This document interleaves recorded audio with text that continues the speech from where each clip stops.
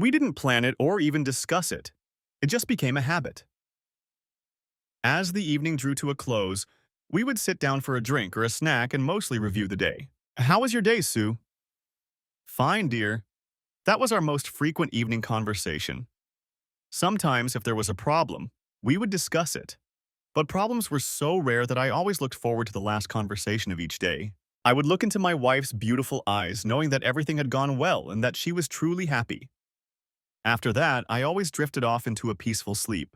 Over the past 3 days, our morning conversations had become increasingly strange. It wasn't the topics. We always talked about everything.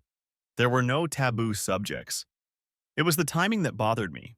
This was the third unrelated topic in the last few days. I put the toast on my plate and swallowed the bite I had just taken. Reaching for my coffee cup, I deliberately pondered the question. "Do you know anyone with a marriage like that?" she asked. I was curious what had led to this topic, but I wasn't too concerned. At least not yet. Or was she concerned? I honestly didn't know. "Yes, dear. I know a few people who claim to have an open marriage." My wife's expression didn't change much. But after nearly 15 years together, I knew she wasn't done with her questions. I admit I was more than curious to know what she was thinking. "Do I know these friends of yours?"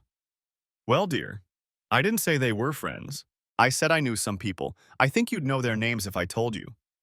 Anyway, I'm sure you know people who think they live that way too." "Oh, okay. I guess you're right." And there it was. At that moment, I felt the first wave of sadness in my chest. I saw the indecision in her eyes. She was afraid to ask something, to tell me something, or she was simply hiding something. I had no idea what it was, but it was something. Unfortunately, I had a bad feeling about what it might be. The rest of breakfast wasn't as tasty as it had been at the beginning. We didn't say a word until the kids came down from their bedrooms and jumped onto their chairs. Our children were so full of energy, enthusiasm, and love that it was almost impossible to feel melancholy around them. So until I left for work, everyone was laughing and smiling. As I was leaving the house, she said, almost in a whisper, "I love you, David." "I know." I was surprised at how calm I felt. After all, I didn't know anything. And yet I knew. She felt guilty about something and was afraid to tell me. We talked about everything. We disagreed on many things. We argued, but we didn't fight. I was never angry with her, and I don't think I ever gave her a reason to be angry with me. But for the first time in my life, I left for work without kissing my wife. Of course, there were times when she was sick, away visiting her parents, or I was away on business. But mostly I started every day with a goodbye kiss and a promise to come home as soon as possible. But not that day. The topic of our conversation was bothering me, and I knew it could take an unpleasant turn. My wife looked no better than the average girl next door. She had dark, wavy hair that curled naturally at her shoulders and the most beautiful blue eyes. The dimples on her cheeks when she smiled were charming, but she had a languid look that she could use to remind you that she was a woman through and through. She looked just as good with her hair tied back in a ponytail, wearing a baseball cap and a sweatshirt, as she did in a party dress that left nothing to the imagination and heels that said, "Yes, today is your lucky day." She always looked younger than her age. Her figure had hardly changed in 15 years and 3 children. I always knew she would keep her looks and figure. When we were dating and I first met her mother, I thought I had met her older sister. And I wasn't just being polite. I was genuinely shocked when I learned the truth. Later, when I seriously considered a long-term relationship, it was one of the factors that strongly swayed me in her favor. She was by no means a beautiful model or movie star. I suspect that at first glance, most men would not call her the most beautiful woman in the room. But to me, she was perfect from the moment I saw her. The deciding factor for me was her attitude toward life. Everyone loved Susan. All my friends, Maggie, everyone we ever met. She was comfortable and relaxed in any situation, with any group of people, and always had a positive outlook. She was lively and outgoing, and a lot of fun to be around. I was exactly the same when I was with her. When I was alone, I was more cautious and pragmatic. I would say I was an introvert, but I was by no means antisocial. Throughout my life, I had a large group of friends, but Susan was practically the first person I trusted with all my secrets. I didn't hide anything from her. I didn't even think about it. I got out of the elevator a little late, having stopped to say hello to the department heads. It was a typical Friday morning. "Everything okay, Mr. Stevens?" my assistant asked as I entered my office. Everything as usual, Miss Davis, I replied thoughtfully. She glanced at me briefly and quickly returned to what she had been doing before I arrived. 15 minutes later, Rebecca Davis was in my office with my daily planner in her hands, ready to discuss the day's schedule. In 30 minutes, there will be a sales department meeting in the conference room. At 10 o'clock, you have a conference call with King Pharmaceutical. And at 11 o'clock, Mr. Sloan from Kipling Manufacturing will be calling you. She looked at me almost sadly. Would you like me to review your schedule for the afternoon, Mr. Stevens? I sighed as I looked out of my office window at the square below. Miss Davis and I reviewed the schedule for the afternoon right after our midday workout when we had lunch together in my office. Miss Davis and I had been having lunch together in my office for 10 years. I was clearly not as good at hiding my thoughts as I thought I was. But then again, Miss Davis was always invaluable in anticipating my every need. That was why she earned the same salary as some of the senior staff. Could you move all non-urgent matters to next week? Right away, sir. She stood up as if she had received an important assignment and walked quickly toward the door. Becky, she stopped, her hand on the doorknob. Yes, sir. I need to talk to Maggie. This afternoon as soon as you can. I'm sure that if she hadn't been facing the door, her expression would have matched the shocked gasp I heard. I'll take care of it, Mr. Stevens. Then she quickly left, leaving me alone with my thoughts. Margaret Peterson was my closest friend. Our families lived across the street from each other. From third grade, when her family moved to our neighborhood, she was my study partner, my date for almost every school event, and even my prom date. She taught me what loyalty and friendship meant, and perhaps without realizing it, she taught me to love unconditionally. In high school, I was overly ambitious. Maggie was too. She wanted to be a lawyer. Our shared goal meant we had to get into prestigious universities and graduate with excellent grades. She pushed me to be the best. I pushed her to achieve the great things I knew she was capable of. I wasn't interested in high school romances. Neither was Maggie. I didn't want her distracted from my goals. She wasn't interested in boys. But that doesn't mean we didn't have fun. There was sports, theater, choir, student council, clubs, and committees. We wanted to try everything, and we did. The time other kids spent on dates and parties, we spent on extracurricular activities. We had a great time. I was captain of the basketball team, president of the student council, second best student in the school, and prom king. Maggie was the best student in the class, captain of the debate and soccer teams, and editor of the school yearbook. I'm pretty sure she left her skateboard on the sidewalk at the bottom of the stairs, which I tripped over during my first year. It was the day before an exam. My swollen ankle slowed me down so much that I got a B+ in gym class in first grade, which I could have made up in summer school, but I didn't. And I fell 0.02 points short of Maggie's perfect 4.0 grade point average. But alas, I was never able to find any solid proof that I was right. Maggie never told me she was a lesbian. She didn't need to, but she wasn't interested in boys, I knew that for sure. We never talked about it or even hinted at it. I just knew, and she knew that I knew. And our shared secret brought us closer together. If it's possible to be closer than just inseparable. I always considered myself her cover, so she could get through school without being teased or bullied. It didn't bother me at all. She was my cover too. I never had to answer stupid questions about why I didn't date girls or if I was gay. No one ever asked why I only dated Margaret Peterson, the gorgeous blonde bombshell. And she really was. Gorgeous, I mean. My childhood friend was the most beautiful girl I had ever seen. Perfect blonde hair, perfect green eyes. To outsiders, we looked like a normal couple. We often held hands and hugged. We sat next to each other. I hugged her, and she hugged me and rested her head on my shoulder. The most significant day was when I said goodbye to her as she left for Stanford. Thank you for everything, David. No one will ever understand why and how much I love you. You will always be my closest friend, she whispered in my ear. Then she took my face in her hands and kissed me. It was 7 years before I saw her again. Before I continue, I hope you haven't formed the wrong impression of me. I wasn't a nerd as a kid, not even close. Sure, I went through an awkward phase, but it didn't last longer than most. No, I graduated high school as your typical suburban hero.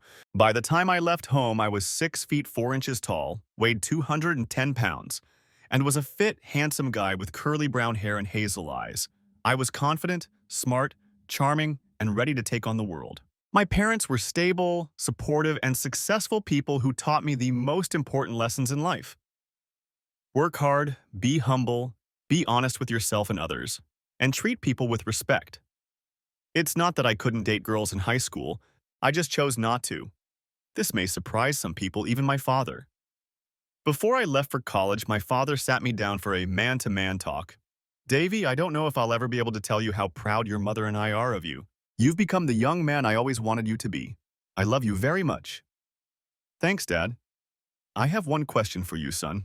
Your mother threatened to make me sleep on the couch for a year if I didn't talk to you about this before you left for college. So here it is. Are you a virgin? Yes, Dad. I had long since stopped feeling awkward when my father talked about alcohol, bad habits, and now sex. I was never warned about what the conversation would be about, although I could usually guess. I never got in trouble for answering his questions honestly. I quickly realized that he only wanted the best for me and was willing to help me in any way he could. He couldn't help me without knowing the truth, and he never shied away from my answers, even if he didn't like them. He never judged me and always tried to offer me solutions to problems that were acceptable to me. It just worked for us. Okay, I admit I'm surprised to hear that, even though your mom told me about it. Considering how much time you and Margaret spent together, I was sure your answer would be different. For a moment, he seemed to hesitate about continuing. Can I ask why? I'm not gay, Dad. An unexpected but very quiet sigh of relief. Can I ask you something, Dad? You know you can ask me anything, David. Do you consider Mom your equal? David, your mom is better than me at almost everything. When you were in high school, did you date anyone like her? No, David. There wasn't a single girl in my school who was anything like your mom. To be honest, I didn't think I'd ever find someone who was so perfect for me until I met her in college. I know what you mean. I've thought a lot about what I want my life to be like. I look at you and Mom as my ideal. I want to be as successful and happy with my life as you are. I want to share my life with someone as beautiful, smart, and strong as my mom. I honestly thought my father was going to cry. Either he actually cried or it seemed like he did. I've met a girl who's almost perfect for me, Dad. But I've never met anyone who's come as close to my ideal as Meg's. Or as beautiful. I know, Dad, I know. She's gorgeous, no doubt about it. And she's my best friend. She always has been and always will be. I love her with all my heart, unconditionally and unreservedly. But we'll never love each other. I must have missed something, son. You said Margaret is perfect for almost perfect, Dad.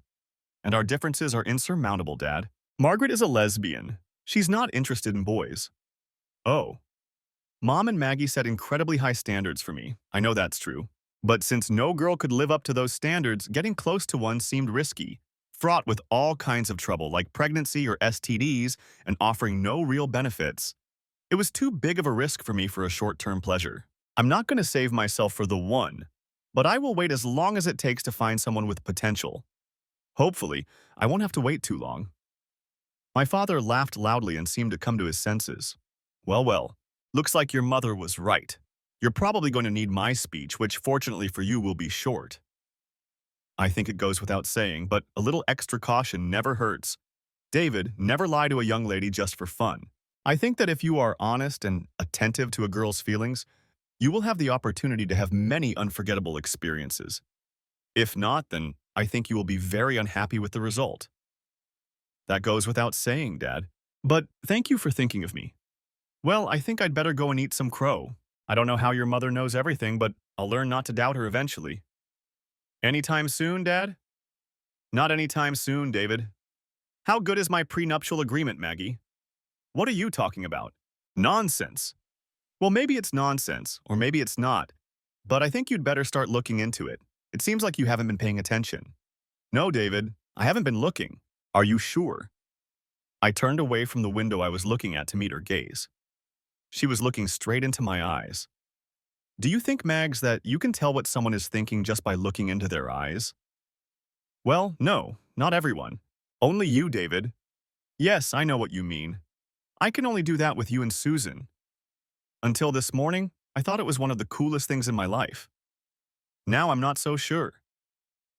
Maggie tilted her head slightly to look at him again. You started all this because you saw something in her eyes, David? Yes. Okay.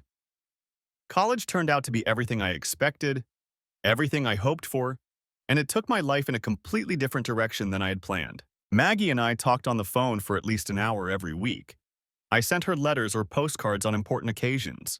Even though she was 2,600 miles away, she was my best friend. I loved the East Coast and quickly made new friends with different interests. I studied, had fun, and dove headfirst into college life. Yes, Harvard was the perfect place for me. On the other hand, I could write a whole series of books about my adventures at Harvard. My virginity lasted only 2.5 weeks. In any case, there were many women with potential, and I almost immediately started looking for a life partner. Practically every weekend was marked by some special event, and I rarely went to events without a date. After a date at the Boston Fireworks Orchestra, one of my female friends explained to me that I had acquired quite a reputation. I became curious and wanted to know more. David, you make every woman feel unique and special. You never try to be someone you're not. And you don't make women be someone they're not. And you're damn good at it, she said with a smile. Want to spend a romantic evening with someone and be treated like a princess? Go to David. Want to watch a football game and be treated like one of the guys? David's your man. I don't know what to say to that, Stacy. That's very flattering, but I think it's more luck than skill. I'm no Casanova.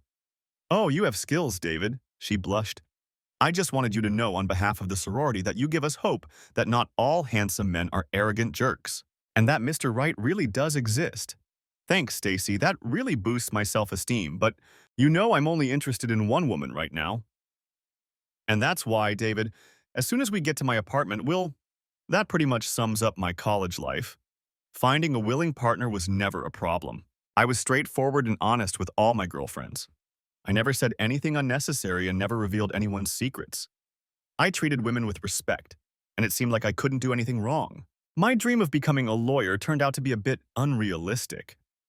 I rather abruptly abandoned this dream in favor of a new, more appealing one: computers. I discovered that I preferred solving problems to negotiating, programming to debating, and finding applications for the latest technologies to almost everything else. I admit, I was somewhat obsessed with the new love of my life. Oh, the possibilities. So, after 4 years at Harvard, I said goodbye to my dream of Yale Law School and enrolled in an MBA program at MIT. This was a bit unusual for someone who came to university with such limited real-world experience. Giving up my summer vacation for internships definitely paid off. I would like to say that my academic reputation and interview skills helped me land internships at 4 of Boston's largest companies. But to be honest, I think it had a lot to do with the fact that I had to compete with all of them. Hundreds of students were fighting for a chance to become the next financial whiz kid, partner, or big shot. But it often felt like I was the only one who wanted to learn how a company's IT department worked. By the time I graduated from Harvard with honors, my resume included a consulting firm, a hospital, a law firm, and an international bank. I spent the next 2.5 years at the Massachusetts Institute of Technology, studying innovation and new technologies, business, and entrepreneurship. It was fast, fun, and exhausting. I didn't take any breaks, I did internships. But I knew what I wanted to do. I wanted to have my own company so I could control my destiny. But I didn't know how to finance my brilliant plan, and I was sure I would drown in despair in my cubicle, scrimping and saving every penny so that shareholders could get good dividends, waiting for a chance to realize my dream. But things turned out differently. I met Susan during my last summer internship after MIT, in the pediatric ward of a hospital. She was a nurse and very beautiful. Hello, I'm from the IT department. Someone called about a computer problem. Her smile lit up the room. Oh, thank goodness, I have no idea what I've done. But I'm pretty sure it's something bad. I can't access the patient files. It's like they've disappeared. Well, let's take a look, may I? I tried not to look, but it was difficult. She was glowing, and I suddenly felt a rush of energy that I struggled to contain. I needed to do a good job. I needed to impress her. Her name. I needed to find out her name. By the way, my name is David Stevens. I'll be solving all your problems today. She giggled. Susan White, and I'll be forever grateful to you for looking over your shoulder. Her blue eyes sparkled as she spoke. I heard a soft melody ringing in the air. I thought it was angels singing to let me know that one of them was nearby. It was her pager. Oh, that's for me. Excuse me, I need to check on a patient. I'll be right back. Fortunately, her problem was easily diagnosed. Someone had accidentally deleted several files from her desktop, and as a result, she couldn't access the patient database. I didn't think it was her fault as the files had been deleted several hours earlier. I went to the backup server, restored the missing files, and looked at Susan. She was like a vision. She moved around the patient's bed with a reassuring smile. Before leaving, she stopped to take the girl's hand. She took the time to explain her actions to the girl's distraught parents. You could feel the tension in the room ease as she went about her tasks.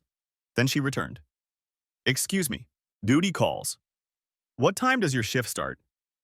I'm sorry, what? When did you start work today? About half an hour ago.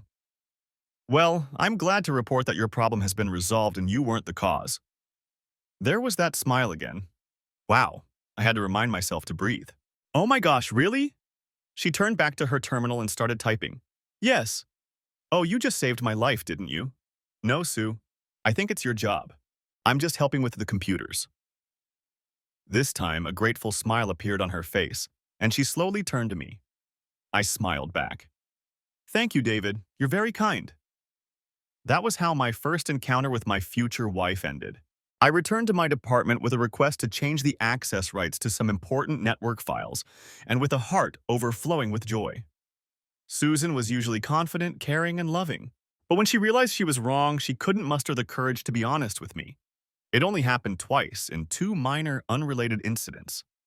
Once, she forgot to make a reservation at my favorite restaurant for my birthday. Another time, after the day of shopping at the mall, she crashed into my anniversary gift, a new Volkswagen Beetle convertible. Her behavior was almost comical. She really wanted to try a new restaurant. Doesn't sushi sound interesting? She forgot to fill up the car and didn't want to risk being stranded on the side of the road. Can't we just take my car to go to the parent-teacher conference? I could have taken this as a warning sign of serious problems ahead. Wouldn't you? Two minor issues in almost 15 years of marriage. No, I don't think so.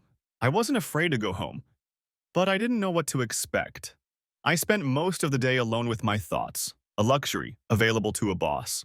I knew Susan wouldn't mind trying again to tell me what was on her mind, but she wouldn't have to tell me what was on her mind.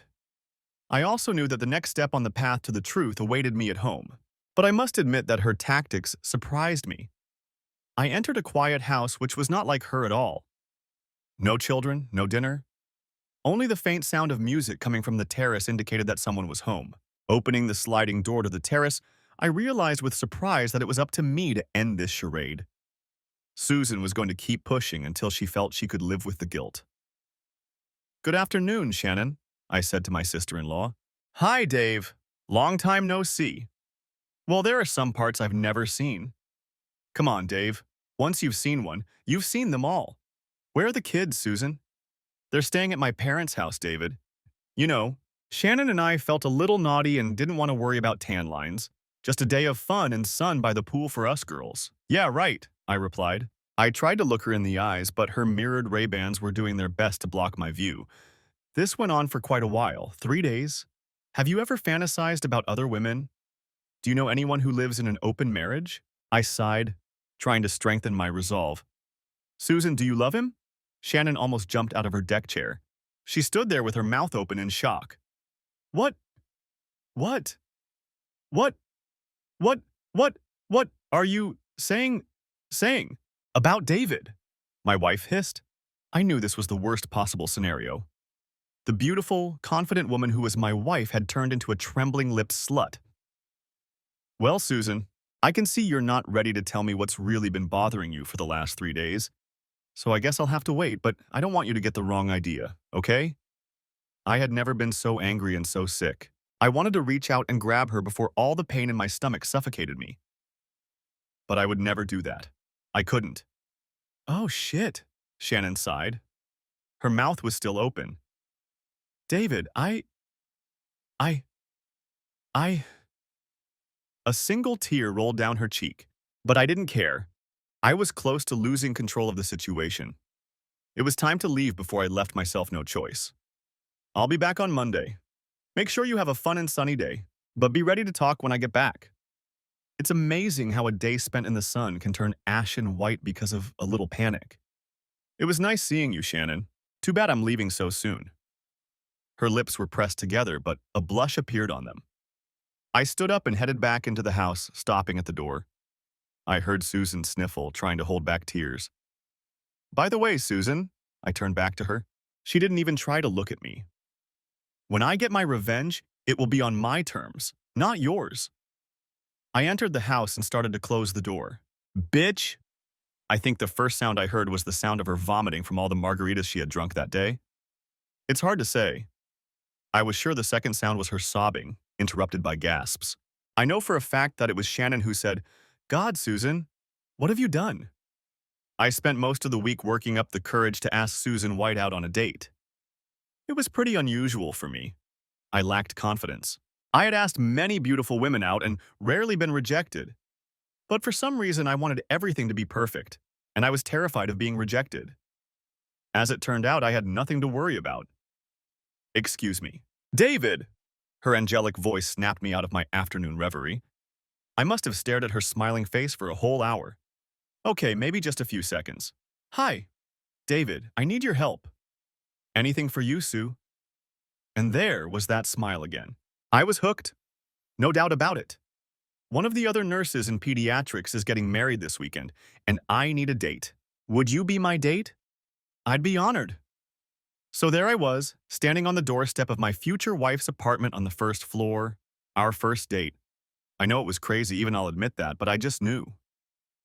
Hi, David. Hi, beautiful. Shall we go? Lead the way, kind sir.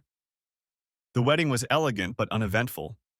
I sat next to Susan, holding her hand from time to time. I could hardly take my eyes off her. She looked at me sometimes, always with a smile on her face. At the reception in the restaurant, Susan really shone. She was the life of the party. She wasn't the center of attention and never sought it, but moved effortlessly from one group to another, leaving smiles and laughter in her wake. I think the receptions would have quickly died down if Susan hadn't kept it going. Sometimes I followed her around like a lost puppy, and other times I hung out with a group of guys at the bar, exchanging opinions. I turned down offers to dance from a dozen women. Sorry, I'm waiting for Susan, I repeated in my most polite voice. The evening passed, the dance floor filled up, and Susan returned and smiled at me. I'm not sure I was ready to defend my territory from so many ladies tonight, Mr. Stevens. What do you mean, Miss White? It seems I inadvertently took the most eligible bachelor off the market, and some of the young ladies here are not too pleased. She lowered her head. I'm sorry I left you here alone, David. You didn't have to wait for me. And you could have danced with anyone, of course. I was going to dance with the one I like, Sue, and I'll wait until you ask me to dance. All right? She smiled slightly and took my hand. I didn't let go of her for the rest of the evening. Fast songs, slow songs. We decided to walk to her apartment. It wasn't far. On the way, we talked about everything and nothing. It was wonderful. When the moment of truth came, she kissed me on the lips. David, She looked like she was thinking about something, but wasn't quite sure. After an almost awkward moment, she calmed down and continued. David, I'd like to invite you over because I don't want this evening to end. But I don't want you to misunderstand me. I feel like I'm fighting my own thoughts right now. Can I say something? Of course. Okay. I just want you to know that I'm ready to defend my territory from any gentleman who calls, because I'm definitely taking you off the market for good. And if you invite me over, I promise I'll only stay for a moment to express my gratitude, and then I'll do everything I can to make sure you never regret it. We dated steadily for 3 months when my life changed forever, and not in the way I had hoped. From the airport, I drove straight to the office. My flight from New York landed in Chicago just before noon. I had spent the weekend indulging in my favorite hobby, listening to rock bands from Poughkeepsie at various venues. Miss Davis picked me up in Chicago an hour after I left my wife and her sister on Friday evening. Considering that I had warned her about it, the timing was perfect. Some people say that Southern California pop punk is the best thing since sliced bread, and they have album sales figures to prove it. I say those people don't know shit. In my opinion, the best bands of our generation came out of Poughkeepsie, and I couldn't agree more. It wasn't quite like my college days, and I felt a little out of place, being closer to 40 than 20. But I came to listen to music, not to party, so the weekend wasn't wasted. When I got to the office, Maggie was waiting for me at the conference table. Miss Davis had already ordered lunch for us. Maggie was charming as always. I was glad she was my friend. I was even more glad she was my lawyer. I had long since given up on my dream, but Maggie hadn't. She was the best of the best, attentive, loyal, and ruthless. Her firm handled all our contracts, and she personally handled my affairs. I don't want to be a weekend dad, Maggie. I want to at least share custody of the kids. Straight to the point, David? Well, Megs, you've had almost 72 hours, so I'm sure you know more than I do. Why don't you tell me? She looked at me for a long time before speaking. It was a very short affair, David. Short enough to satisfy you, Maggie? There must have been something very interesting on the table that Maggie needed to examine. Finally, she whispered, "No, David. I know she's your friend, Maggie. I'm very sorry." God, David, what the hell do you care about my feelings? Because I love you, Mags. I always have, and I always will. She's such an idiot. She doesn't understand anything, David. What a stupid bitch. God, listen to me. I sound like I'm on a soap opera. I'm so sorry. Maggie? Yes, David. Who? In the third year of our marriage, we had our first serious argument that didn't escalate into a fight. Susan wanted to talk about something. As usual, she was calm and collected. Sitting across from me at the table and sipping a glass of wine, she began, "You know, I could never be mistaken for a supermodel, right, David? Only to those who don't see you through my eyes, Sue. I have no doubt that you are a supermodel." She blushed and smiled. God, she was beautiful. I mean, David, I could never compete with the models and actresses who surround you every day. And to be honest, I don't even want to try. I knew what he was talking about. When my company's reputation began to take shape, I decided that we would play the most active role in supporting all worthy charitable organizations in our community. And I don't just mean sponsorship and checks. I mean active participation and, most importantly, volunteer work. I encouraged our employees to participate in the community in every way possible. I demanded more of myself than I did of others. Susan and I spent almost all of our free time in literacy groups, children's advocacy organizations, performing arts organizations, and just about every community event. Thanks to our volunteer work, our company gained a prominent place in the community, and I was able to make connections throughout Chicago and beyond. Our employees felt a stronger connection to the community, and our clients were better informed about what they needed to succeed in our neighborhood. But the most important thing for me was that I got to do what I love. I got to spend time with Susan. I got to share her with the world and tell everyone how lucky I was. Every weekend was another opportunity for Susan and me to go on an adventure without leaving our hometown. But there were downsides. The more we appeared in public, the more I was teased. Even when Susan was around, and she was almost always around. Mostly it was subtle hints that I dismissed for most of my adult life. But lately, many of those attempts could be called outright propositions. For example, one weekend, a hired model approached me, having just stepped off the stage after presenting a deserving family with a check symbolizing a year's worth of free groceries. She handed me her business card and said, "I think we'd have a great time together.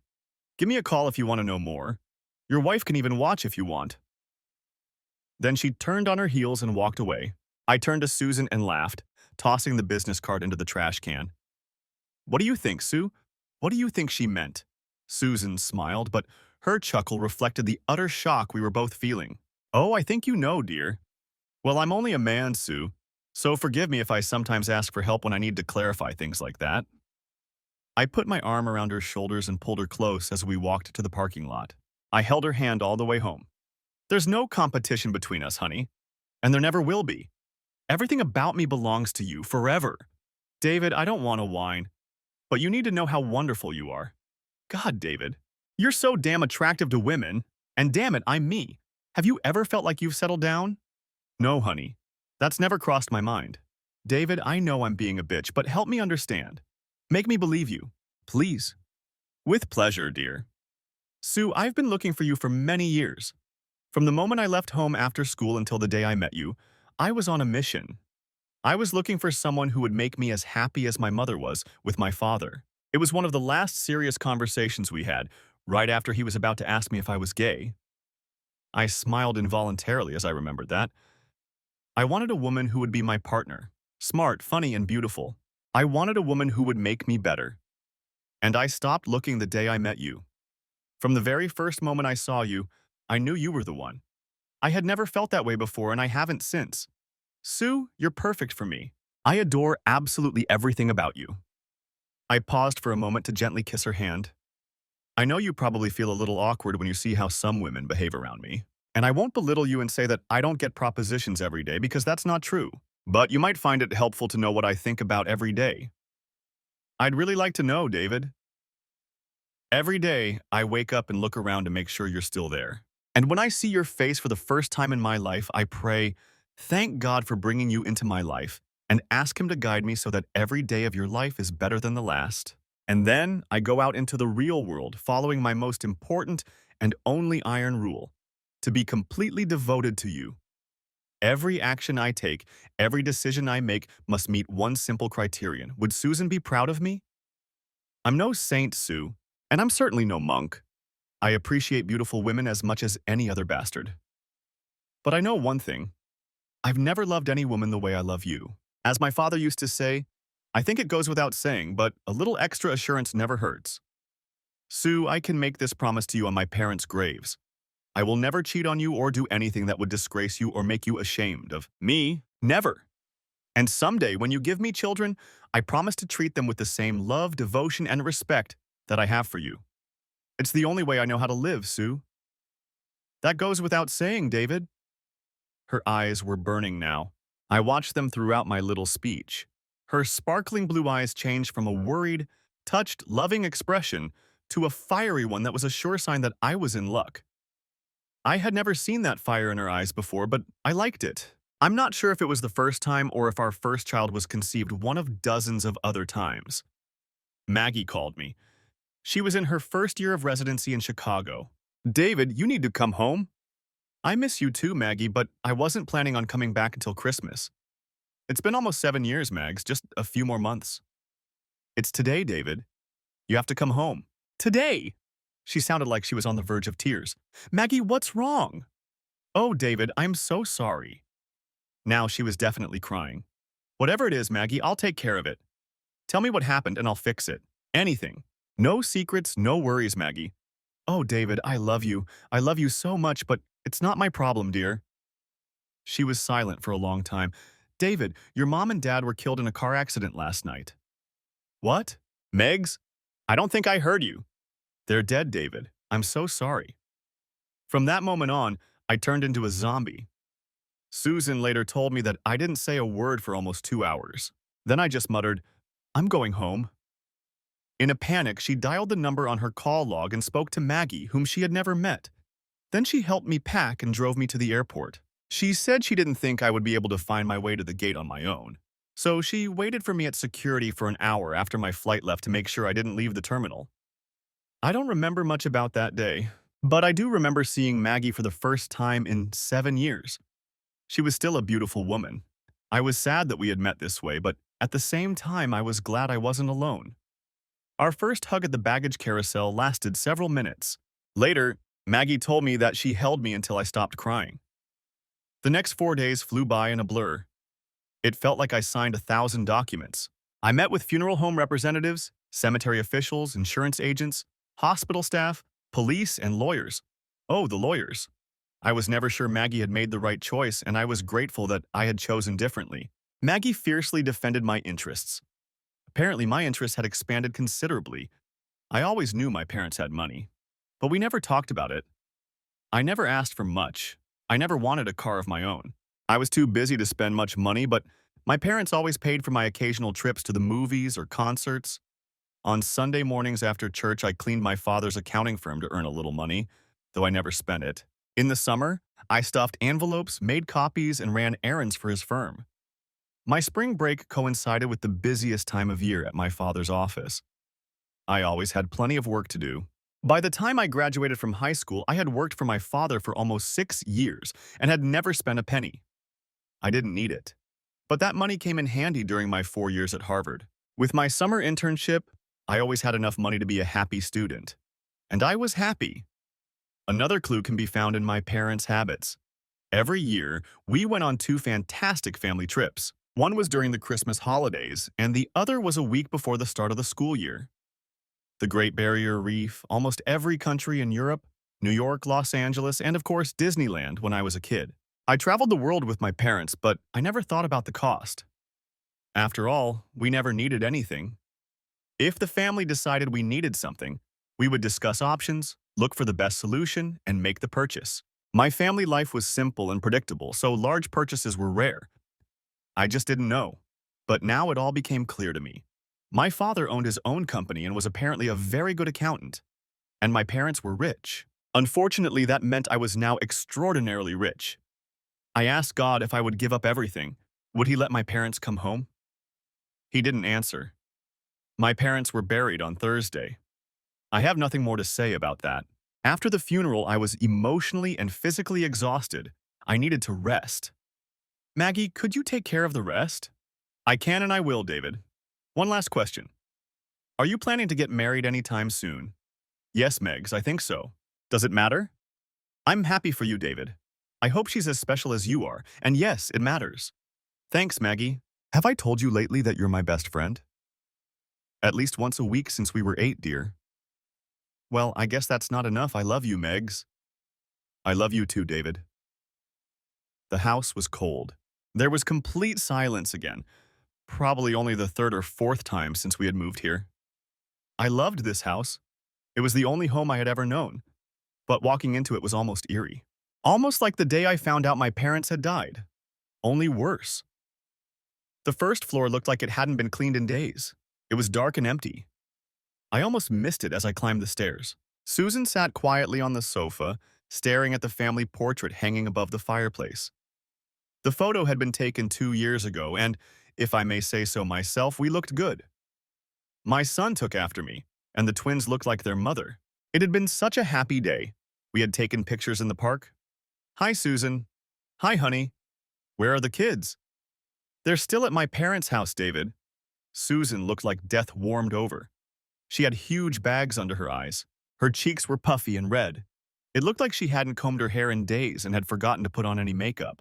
She was wearing my Harvard sweatshirt and pajama pants from MIT. They almost completely engulfed her. Are you ready to talk to me, Susan? I think so. Okay, you have one chance, Susan. One. No secrets, no excuses. I know, David, I have no excuses. David, I cheated on you. She seemed emotionless. She barely moved. Her expression didn't change. She just looked sad. Deeply sad. Probably she had cried more than her expression showed. At least she wasn't hiding it. Maybe there was some hope in that. How long? 2 weeks, David. You were in Las Vegas for a conference. The steering committee was finalizing preparations for the opening of a new shelter. We finished late in the evening and went to dinner on Great Street. I knew I shouldn't drink wine, but that didn't stop me. I knew that when everyone left, I should have called a taxi. I made all the wrong decisions. Did you take him home, Susan? God, no, David. He got a hotel room. Where were the kids? With my parents. I called and asked if they could stay when I realized I couldn't drive. Well, that's good. Yes, I know, she sighed. So he was better than me. She finally spoke, wrinkling her nose at my question. Okay, David, okay, enough. I get it. My life is ruined because I let Mike Thomas make this the worst day of my life. I looked at her. She was upset, distraught. But even with the color returning to her face, she was beautiful. But I had my answer. Maybe she deserved another chance. Is that all, Susan? Yes, David. I'm sorry. Perhaps there was no hope. Okay, Susan. Okay? Yes, okay, just the details left to work out. David, I'm sorry. It won't happen again. I'll do anything to make it up to you. She trembled. Don't worry about it. Wait, what? I said don't worry, Susan. I won't be home until the end of the week. I'll let the kids know where I am if they need anything. I'll be back on Saturday. I stood up to look at the portrait again and smiled. It had been such a good day. Oh, David, that's wonderful, dear. I'm so glad you're coming home. I missed you. By the way, I'm getting tested for STDs too. You should probably do that too, considering Big Mike is a sodomite and all. Oh, David, I'm so sorry. I didn't think. I was already heading for the door when I remembered other things I needed to tell her. Well, I've always been more of a big picture kind of guy. Those damn details always get in the way. Yes, Susan, I know. Anyway, Maggie will be in touch with you. The accounts are frozen, but she'll make sure you have enough money to get where you're going. What do you mean, going? Where am I going? Well, I don't know, Susan. All I know is that Maggie said you're being evicted from your house by Friday. Where you're going is probably one of those decisions you're so good at making. No, no, no, no. Susan. I wasn't sure she could hear me, but she stopped screaming long enough to look at me. If you want Mike to help you move, have him ask Jason Smith. Since you don't remember, he can tell you what he did while Big Mike was giving you a hard time. No, David, no. Wait, please. It's not my fault, please. Oh God, I'm going to throw up. I don't know if she threw up in the end. I didn't stick around to find out. But when I closed the door, things didn't look good. The restaurant was quite romantic. It was much quieter than it had been on our first date. But then again, there weren't 60 drunk guests who had just celebrated a wedding. The DJ's light effects and sound system had been replaced by candles and a jazz pianist. But Susan was the same as ever, radiating beauty and grace wherever she went. The dinner was relaxed, but I was very nervous. I couldn't find an easy way to start the conversation, so I got straight to the point. Sue, I think I should take over my father's business. I've thought about it a lot, and although it's an accounting firm now, I think it could be turned into the company I've always dreamed of. The current clients will provide a steady income while we diversify the business. And we can use our existing client relationships to add a new line of services. It was hard for me to understand what I had done wrong. I had always wanted Susan's opinion on important issues that affected our lives. Of course, we had only been together for 6 months, and there hadn't been many important decisions to make. But after talking to her, I turned down the hospital's offer of a full-time position in favor of the new job at the bank. After another conversation between us, I gave up my apartment and moved in with Susan. But she looked devastated. David, I thought we were doing so well. I can work on whatever is bothering you. I can change, I promise. Sue, what are you talking about? Please, David, don't leave me. I love you. Wow, honey, where did you get that idea? Why do you think I'm leaving you? You said you were going back to Chicago. No, honey. I said I was thinking about taking over my father's company. I wanted to know what you thought. I would never make such an important decision without hearing your opinion. She still looked as if I had just punched her in the stomach. But she began to recover. Well, I guess I may have overreacted. I'm sorry, dear. This is my first time. Things weren't going according to plan, but life doesn't stand still. It was time to save the day. I waved to the maitre d' and he signaled to the pianist to change the song. Gradually, the waiters stopped at our table, each leaving Susan a single red rose. Finally, I stood up, took the box out of my pocket, and got down on one knee. Susan, from the moment I first saw you, I knew you were the one for me. Every day I spend with you only confirms what I've always known. I love you with all my heart. I'll be a good husband to you, Susan, and I'll do everything in my power to show you how important you are to me. Susan, will you marry me? The look that made my stomach flutter was replaced by shock. I began to wonder if I had made a huge mistake, but the flash of the camera saved me. Susan blinked, trying to get used to the dim lighting in the room. Then she looked toward the flash and saw her family, her father, mother, and sister standing behind a low partition, trying to get a better look at her. Her mother was smiling and crying, holding a camera and waiting to capture this important moment. She didn't have to wait long. Susan grabbed me, right in the middle of the restaurant. I'm a man, and I always thought I could stand up for myself if I wanted to fight. Opinions differ. At least I stayed on my feet. Yes, oh David, yes. Yes, my love, my pride was restored. I had my Susan back. Hi, Susan. Hi, Shannon. Good to see you. I'm really sorry about what happened. Can we come in? Please, come in, said my sister, letting Maggie through the door. Can I talk to Susan alone? Of course, of course.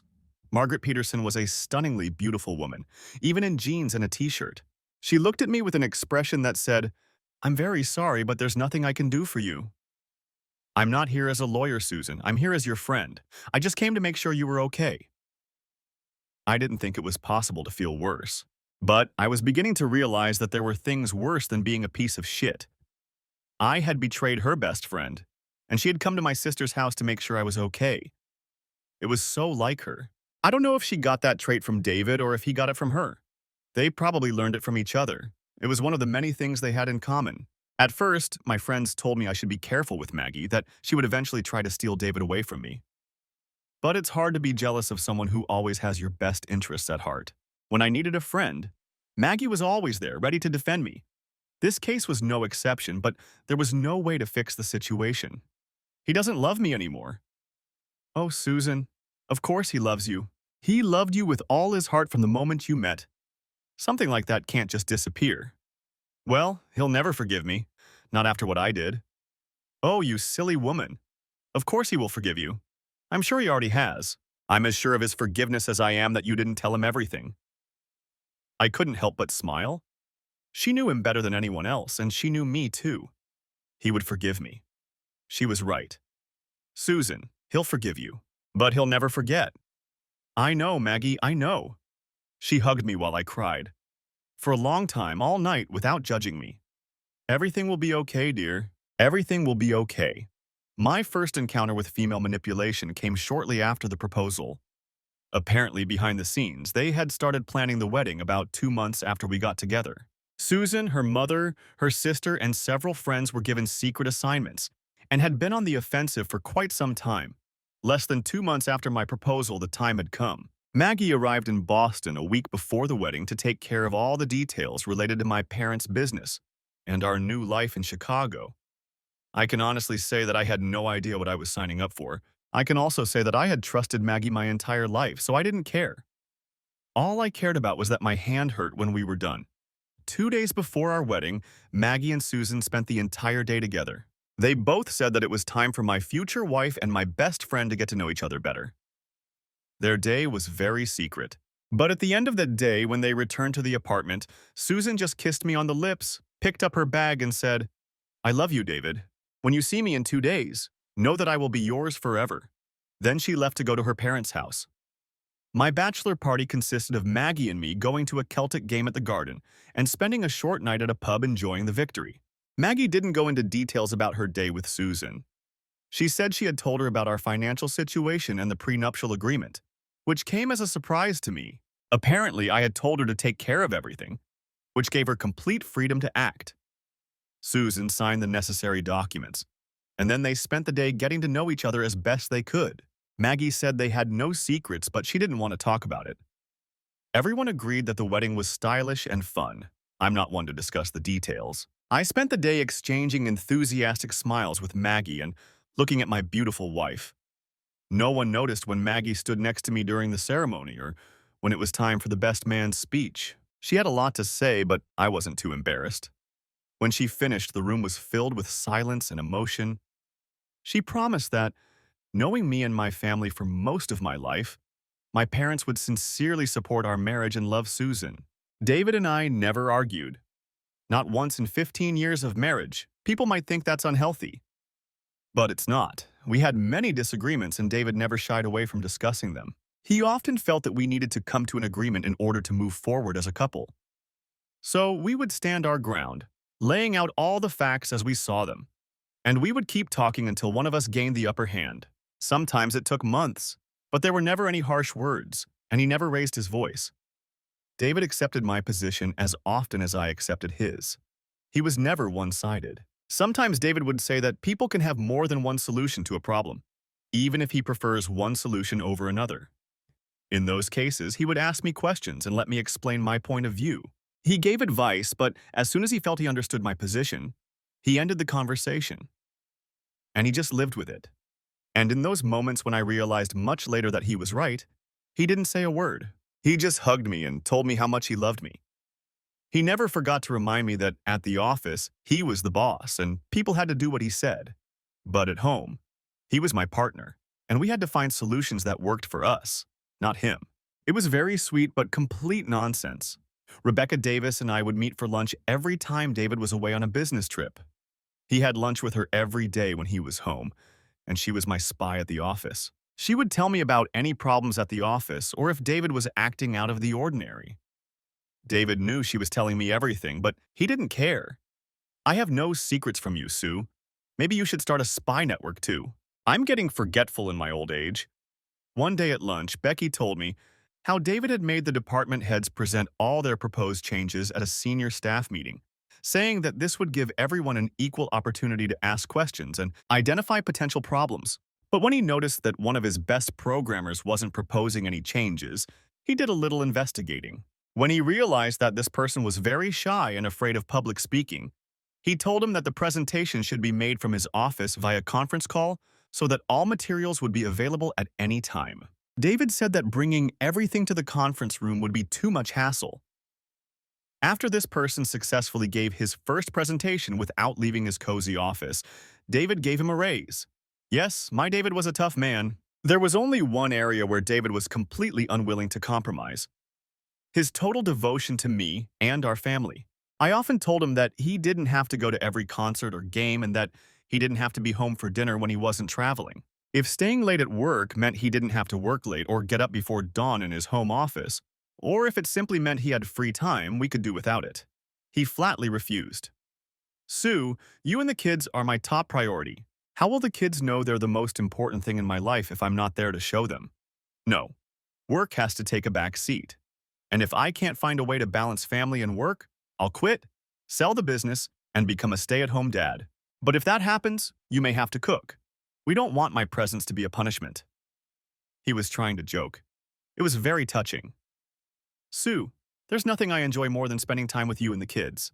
Please don't ask me to give that up. I guess novel covers and ads with men work because most women dream of spending stolen moments with the man of their dreams. But I woke up with the man of my dreams every day and went to bed with him every night. My David made all those guys look like wimps. You see, my David is a rough, real man. Moms, college girls, models, movie stars. They all wanted my man, and who can blame them? But David just laughed it off. He just played women, breaking hearts left and right. He bragged about his wedding ring like it had superpowers. And yet I worried about him. Not often, but enough. I hated business trips. When the kids were little, we were able to travel as a family. They were little mini vacations throughout the year. I tried to start my day as early as possible, briefing before breakfast meetings, planning presentations and meetings before noon, moving client lunches to lunch. Susan spent the morning with the kids at the hotel, swimming or watching movies. I also tried to get home early in the evening. Then we would go out and explore the city we were staying in for the rest of the day. Things didn't always go according to plan. Sometimes meetings ran late, sometimes more serious problems arose. But overall, it was a great way to spend time as a family. When Michael started school, our family mini vacations were limited to summers and holidays. As the children grew older and developed their own interests and activities, the mini vacations became a fond memory. I found a compromise: short trips, long days, meetings, and clients one after another. This meant that my employees had to work harder and longer, as well as prepare for meetings with several clients at the same time. But when I explained the reasons to them, they seemed to understand, and those with families appreciated the tight schedule. Booking trips and the meetings became a logistical nightmare, but Ms. Davis became my savior. I followed the itinerary she always planned for me, down to the smallest detail, and rarely had any problems. She kept track of flight schedules, weather, and traffic, made necessary route changes, and 99% of the time I was where I needed to be and, most importantly, home on time. When webcams became available on most laptops, we made them standard equipment, and I started eating dinner in my room more often. When the webcam was on at home and mine was on in my hotel room, it felt like I was spending my evenings at home. We could do homework, play games, and have dinner together. It made traveling alone almost unbearable. The best part was when I could pour myself a drink, chat with Susan, and wait for my favorite words.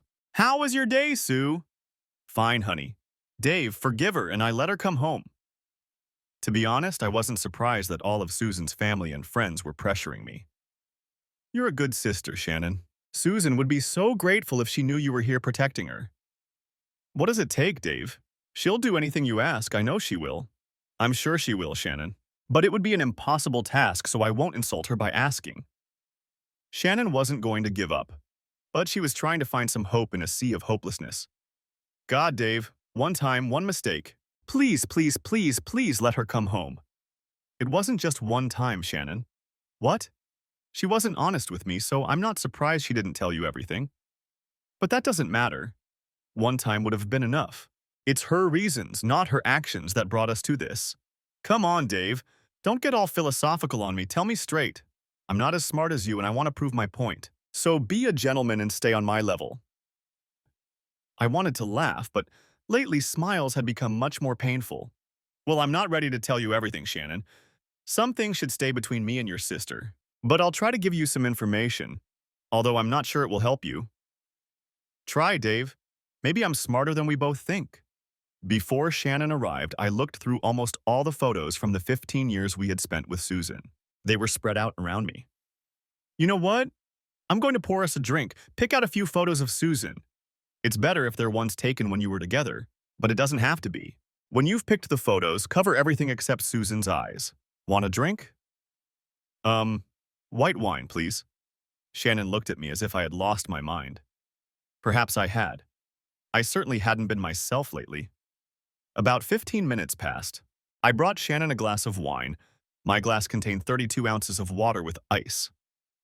Ready? Sure, Dave. What do you want to show me? Just show me the first photo. Shannon handed me the first photo. I had to admit it was a little strange.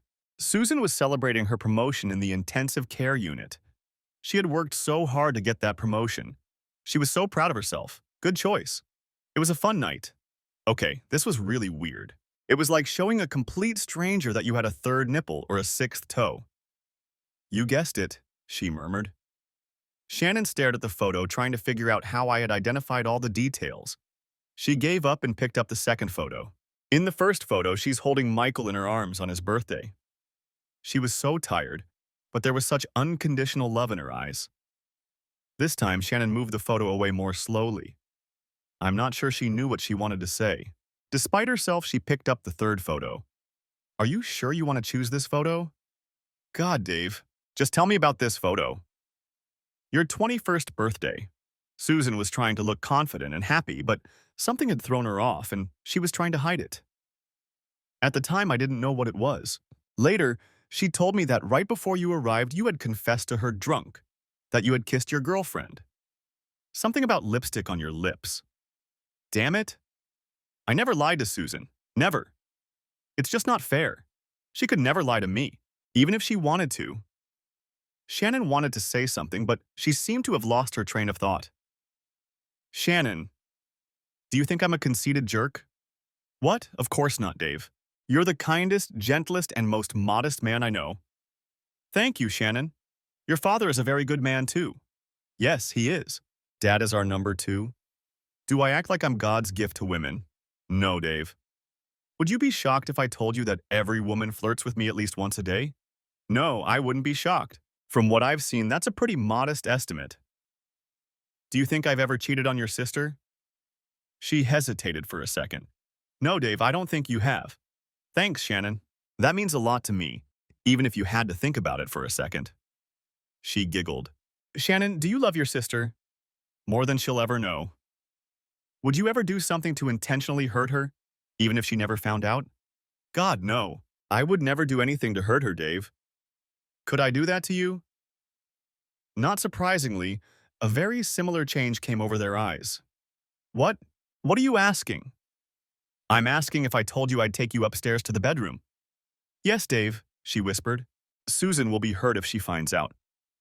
She doesn't have to know. That's why I appreciate that you never flirted with me, Shannon.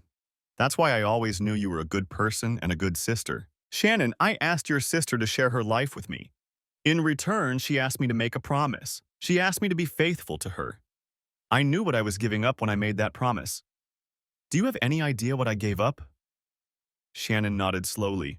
Now, let's get down to business. This wasn't a competition. I would have given 1,000 solid things for one chance to be with your sister. In fact, I think we both know that's what I gave, and maybe more.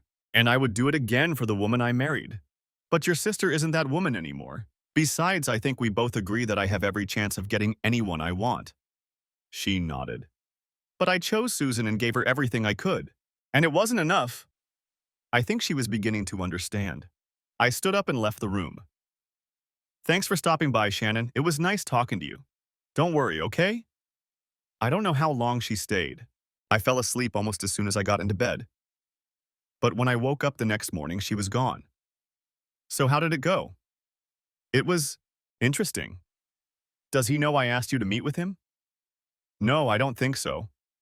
So any luck? No, I don't think so. God, Shannon, that's all you can say? You don't have anything that could help me. Susan, may I ask, did you tell him the truth?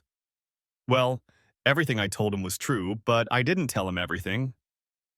Well, I can tell you one thing. It's over between you two. Before we continue, I feel I need to address a sensitive issue. I'm not psychic and I cannot read minds. I live in the real world, and although my company works with some very interesting technology, it is not science fiction. I haven't tried to develop special abilities that allow me to know what Susan is thinking or feeling. I didn't do that with Maggie, for that matter. I just love them. That love made me hypersensitive to their feelings. I have a fantastic memory. I can't tell you which page 26 is on in my school yearbook, but important things like the two women I love, I remember every one of them, every look, every feeling. Having spent very little time with each of them, I created a small database in my head of all their facial expressions and, more importantly, their eyes. Hell, I always looked them in the eyes when they were around me. So remembering the event, their reaction to it, and the expression in their eyes was easy. Sometimes I didn't know all the details, but I could remember them later. I just added them to my list. After decades of knowing Maggie and 15 years with Susan, there were no surprises. I just knew. At a glance. It wasn't anything superhuman or anything like that, but it was something special.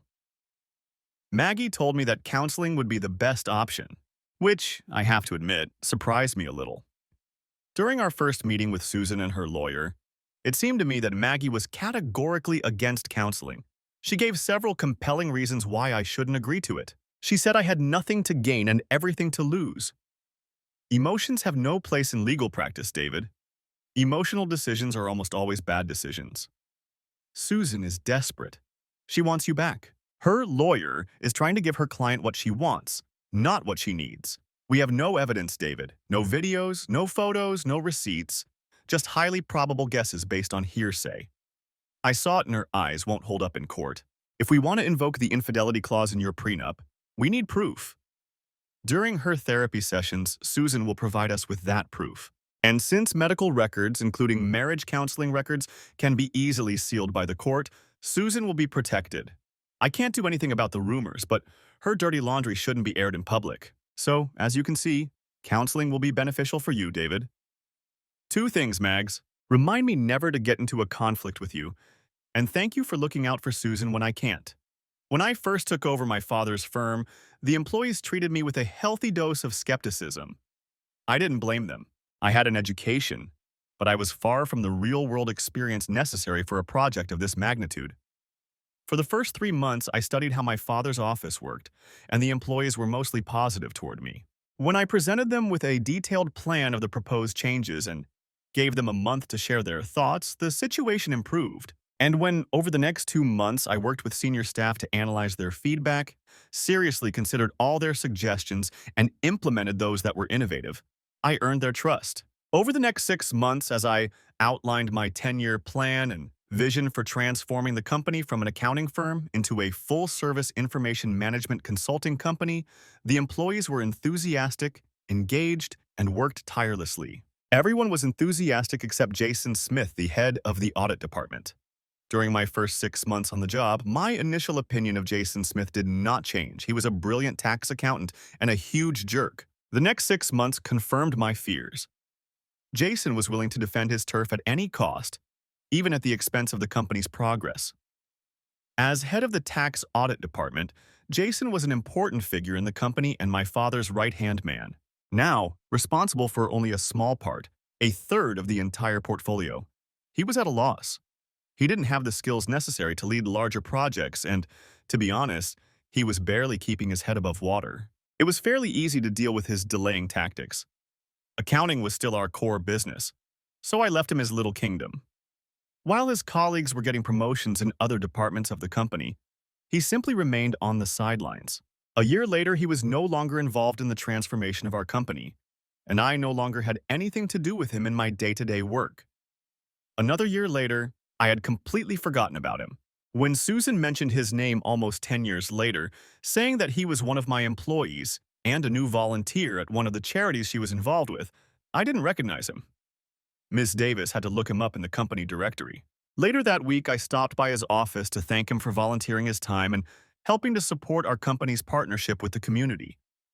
I still couldn't remember who he was. I only remembered at the company picnic. Jason came over to talk to Susan while we were filling up the water guns for the annual department battle. He just said hello, chatted for a bit, and left. I noticed him again after the battle was over. He and another large man, big, round, not tall, were talking to one of our first-year interns. I didn't remember her name. At first, she seemed to be enjoying the casual flirting, but when Jason started to get closer and touch her hands, she seemed a little nervous. I asked Miss Davis who the intern was, and armed with her name, I made my way through the crowd to where the three of them were standing. I'll tell you what, Jason Smith was a good-looking guy.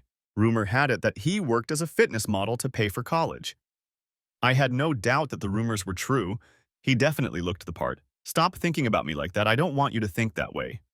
God, you're just like my father. Hi, Jason. Good to see you. Who's your friend? I asked, pointing to the man standing next to him. Hello, Mr. Stevens. This is my friend Big Mike, Mike Thomas. Nice to meet you, Mike. I hope you enjoyed the picnic. Molly, if now is a good time, let's talk to my wife about the children's reading group you told me about. Now is the perfect time, Mr. Stevens. Come on in. See you later. It was nice meeting you both. I'm sure the dynamic duo was furious when we left, but we didn't stop to check. As soon as we were out of sight on the other side of the carnival tent, I stopped and held out my hand. David Stevens, Miss Stewart. Pleased to meet you. Please, Mr. Stevens, it's Molly. And believe me, I'm very pleased. Thank you for that. You're welcome, Molly. Will you be all right getting home? Yes, sir, I do. But if you don't mind, I'd like to talk to your wife about this literacy program. I know that volunteer work is high on your company's list of priorities. Well, I'm sure she's around here somewhere. Molly and Susan chatted until the end of the day, and I said goodbye to them. On the way home, Susan seemed a little annoyed. Molly is a very nice woman, but she's a little young for you, don't you think? Well, you know me. I'm always looking for something new. She didn't laugh. Anyway, I just got her out of an awkward situation. By the way, do you work closely with Jason Smith on any charity projects? I run into him sometimes, but we don't work together that often. Why do you ask? I just have a bad feeling about that guy, Sue. Nothing specific. Oh, David, you're too sensitive, don't you think? Maybe. She seemed like she wanted to say something else. To be honest, I have no idea what she really wanted to say. But looking back, I think that was the moment our marriage was doomed. Maybe she wanted to propose to me. Maybe she needed to calm down. I love my life, but sometimes I wish she had told me everything that was on her mind. But she left it as it was, and I'll never know. Amanda Skinner was an interesting woman. She looked like she could have lived somewhere in the woods, quietly crouching for days on end, hoping to watch squirrels play. But she had a PhD in psychology and was a certified marriage and family therapist with 20 years of experience. According to Maggie, she was the best. I appreciated Maggie's legal maneuvering, but I also understood that she really wanted the counseling to help. She wanted me to be there for Susan. I didn't understand her thinking, mostly because we never talked about it, but I knew it was true. After the formal introductions, Mandy, she insisted we call her that, settled into a chair across from a coffee table and a large, comfortable sofa where Susan and I were sitting. The atmosphere was very homey, almost like having coffee at a friend's house. It didn't feel like a psychotherapy session at all. So let's start by defining the difference in our expectations. What do you hope to get out of our time together? Susan, you go first. Well, I want to get back together with my husband. I want him to find it in his heart to forgive me and let me come home. And I want him to call off the divorce. Very good, Susan. David? I want Susan to feel that she was given every opportunity to change my mind so she doesn't feel like she missed something. I want her to get to a place where she can accept what happens. And I want to move on with my life. Interesting choice, David. Okay, what does each of you consider to be the biggest problem in your marriage? Susan, I cheated on David. It's all my fault. Susan sounded like she was about to cry, but for some reason that didn't bother me. Okay, David? Honesty. Okay, thank you. I don't see any reason why we shouldn't try to make progress by meeting together. We may need to meet separately at some point, but for now, I think it's good to do everything together. Can we meet every week at this time? That works for me, Mandy, Susan replied. As you say, Doctor. I had already formed my opinion of Dr. Skinner. She wasn't going to listen to me. She stared intently at Susan, but seemed to already know everything she needed to know about me. Since my presence was unnecessary, I decided that excessive politeness toward voluntary counseling would be superfluous. I prefer you call me Mandy or Dr. Skinner if you need to, David. Of course, doctor. See you next week. With that, I left the office. Everyone told me I was doing a great job. Behind my back, though, they said I was moving up so fast that I must have some kind of side gig. The truth is, no matter how hard you try, you can't control rumors. But like many other evenings lately, I walked home with tears in my eyes. I knew it, and I'm not ashamed to share it with you.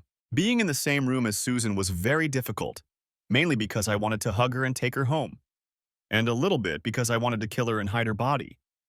If I didn't have children, I probably would have gone crazy. They were very upset, but as I comforted them, I remembered all the good things about Susan. Why can't Mommy come home, Daddy? She loves you very much, Daddy. She's crying all the time. Have you ever heard the phrase, let her be close to you? In my case, it was two little fingers. The fingers of my beautiful twin daughters. Twins who looked remarkably like the woman who owned my heart. What did she do, Dad? That's it, my boy. Right on the money. Well, he's his father's son. This young man is between me and your mother. It must be something bad, Dad. Luke Finch said his father told him his mother was a crazy bitch when she left home. We know how to spell bitch, Mikey. We're not stupid. I heard that from the stereo. It always amazed me how in sync they were. Stop arguing, guys. Michael, if you ever hear anyone speak badly about your mother, I promise it won't be me. And they better not say it if I'm around. Guys, I know this is hard for you to understand, but sometimes moms and dads realize they can't live together anymore. That doesn't mean your mom loves you any less. It doesn't mean I love you any less. And it doesn't mean we're not a family anymore. It just means we're going to have to work really hard to figure out some logistics. What kind of logistical issues, Dad? The ones that will allow you to see your mom or me whenever you want, angels. Everyone was very sad. It was hard for them to accept, but they were kind enough not to show it. I know what's bothering you, David. It was the fourth psychotherapy session, and it was starting to wear me down. We weren't any closer to Susan accepting what had to happen. She was still in denial. I started to worry about her. The longer it went on, the harder it hit. I realized she couldn't be my wife anymore, but the kids needed a mother. Michael was about to be a teenager, and the twins had just celebrated their 11th birthday. It would take time for Susan to recover. I couldn't handle raising 3 teenagers on my own. I needed Susan's help. We had to co-parent. However, the focus of the therapy sessions was on me and my ability to forgive. I just couldn't wrap my head around that concept. David, when a victim of domestic violence learns all the details of their partner's infidelity, it can be a huge blow to their self-esteem. Your feelings of inadequacy are understandable. Your anger towards Susan is also understandable. But if you don't talk about your feelings, I can't help you deal with them, and we won't make any progress. I didn't have much experience with therapists or psychotherapists in general. I had led a fairly comfortable life, but I couldn't shake the feeling that this bitch was worthless. I kept complaining to Maggie, but she kept telling me that Dr. Skinner was the best and that therapy was the best option. It took 3 sessions before Susan admitted that she had had an affair with Jason Smith. She cried and apologized, blah, blah, blah. I believed her, but that wasn't the main problem. Oh, it hurt a lot, but that wasn't the point. I'm not angry at Susan, Doc. I'm sad because my marriage to Susan is over. There are no magic words that will change that. Susan made mistakes. I've forgiven her. Our marriage is over, and that deeply saddens me, but I will heal with time. I need more time, not more talk. And Doc, I don't feel inadequate. I knew everything I needed to know about her affairs long before she confessed to you. She had an intimate affair with Jason Smith, blah, blah, blah. Okay, fine. That fat bastard gave her chlamydia. Anyway, I don't care. They weren't better lovers than I was. Hell, Susan didn't even like doing it with them. But that's not the point. If Susan had just gotten drunk, lost her temper, and hurt some womanizer, I assure you that whatever problems might have arisen in that situation, we would never have ended up in your office. Mr. Stevens, you're making a lot of assumptions about problems we haven't even begun to address. I commend your attempt to hide your pain behind false bravado. But you can't know how Susan feels about her affair with Mr. Smith. Last week, she barely acknowledged its existence, and our session was over. We haven't even begun to discuss these issues. Yes, I know how she feels. How? Susan told me. An explosion of indignation erupted in the room. I needed a minute of silence to collect my thoughts. I didn't tell you anything like that, David. Mr. Stevens, please. This isn't helping. I tried to raise my hands to calm the ladies down. At that moment, they caught my eye, and I pointed to an item on the doctor's shelf. Doc, what are those headphones for? They're sound-absorbing headphones. I use them when working with children who have behavioral issues. They help me better assess the child's response to visual stimuli. Excellent. Doctor, do we agree that we're not making any progress? We're not making any progress, Mr. Stevens, that's for sure. All right, fine. I'll make you a deal. For the next 10 minutes, we'll do therapy my way. Then I'll have 5 minutes to explain my actions. After that, I'll do whatever you say, answer all your questions, as many sessions as you want. Deal? That's a very unusual request, but I don't see any harm in trying to break this deadlock by any means available. All right. For the next 10 minutes, you can talk to Susan about anything you want. I'll be listening to your conversation and wearing headphones so I can't hear what you're saying. All I ask is that you don't let go of the pen when you change the subject. This will help me follow the conversation. And Susan, if you could cover your mouth with a magazine when you speak, that would be helpful. I don't want to be accused of lip reading. Okay, let's begin. And I began to observe. 10 minutes of silence. And I became sad. And that was it. After 10 minutes, I received an indulgent look from Dr. Skinner and a confused look from my soon-to-be ex-wife. Your turn, Mr. Stevens. So the first topic is me. She loves me. She's happy in our marriage. She wants to stay married. The second topic is the children. Unconditional love for Michael and the twins. A mother's love is amazing, isn't it? Third topic, I have no idea, but whatever it is, she told you the truth. By the way, what was that? I asked her who she thought would win the presidential election. I see. We don't talk about politics very often. It's not very interesting. Anyway, she said that American voters would never elect a corrupt former mayor of Chicago as president. Unfortunately, I told her she was telling you the truth. Not that she was right. God help us all. To say that both women were shocked is an understatement. Perhaps they simply couldn't believe it? Stunned silence was the reaction. So, topic number 4, she lied. And topic number 5, she desperately wants to believe it's true because admitting the truth would be devastating. Susan still had tears in her eyes, but she was trying to hold it together. Doc sat with his mouth open. No, don't. No way. She's not my type. Susan, I've never lied to you. Never. I've always told you that you deserve my complete honesty, that it would be unfair not to tell you the truth, and that you would understand, even if I knew the truth would hurt your feelings. And I told you that you have no reason to lie to me, that I love you unconditionally, and that the truth will help us find a solution to any problem much faster. And I promised that I would help you find that solution no matter what. The car... I'm sorry, what? On parent-teacher conference day, I crashed your car. It was your gift and I felt guilty. I didn't want to tell you that I crashed the car.